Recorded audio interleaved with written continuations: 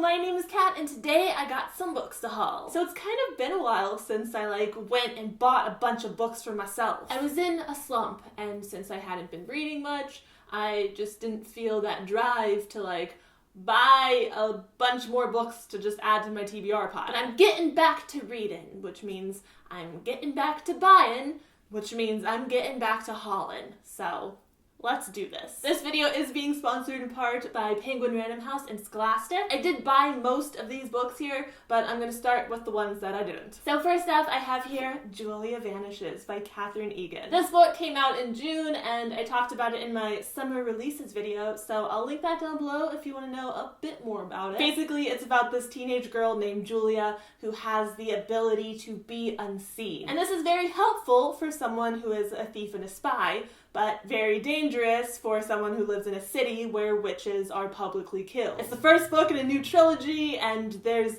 magic and espionage and secrets, and it just sounds real cool. Next up, I have here Rook by Sharon Cameron. This is a dystopian novel, but it's not set in the United States. It's not set in America.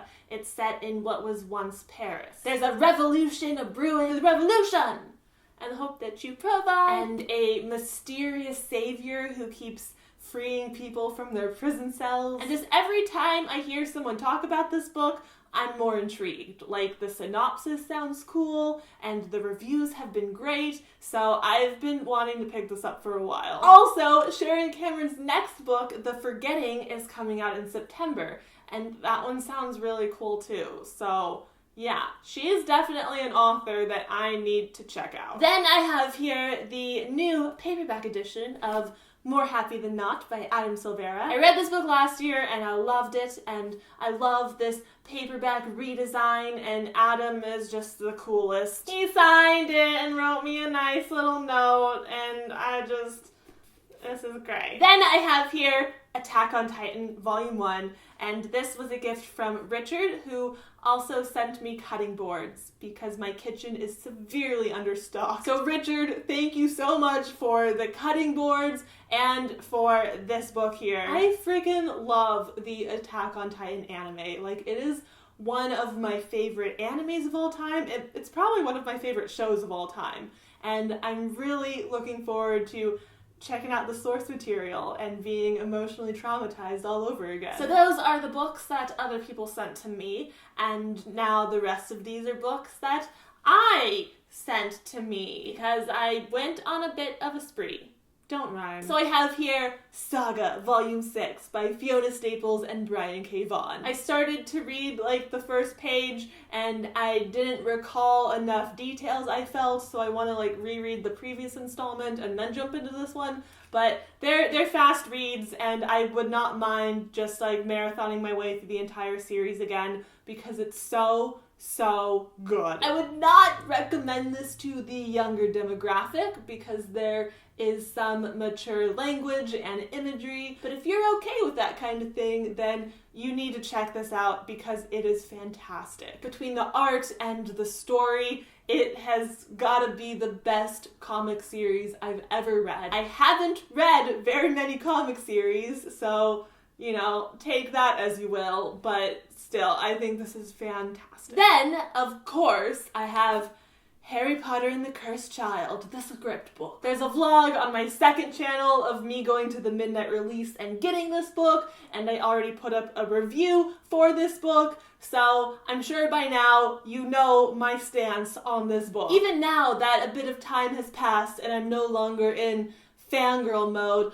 I still really enjoyed this. I don't think it's equal to the epicness of the 7 books in the Harry Potter series, but I don't really hold the two together. You can't compare them. Even though this looks like a novel, it's not a novel. It is a script for a stage play, and a stage play has a very different set of rules and, expectations for storytelling. Anyways, I'm not gonna get into my rant here now because this is the BOOKSPLOSION book of the month for August, so there will be a live show, and I am very much looking forward to that because I have a lot more to say about this book. Next up, I have here And I Darken by Kiersten White. This is my current read. I'm that far into it, and I need to hurry it along a little bit because this is the July book of the month, though our live show is not until this weekend. I'll put the details down below. I'll finish it in time for the live show, don't worry. I'm really enjoying it. Like, throughout the day,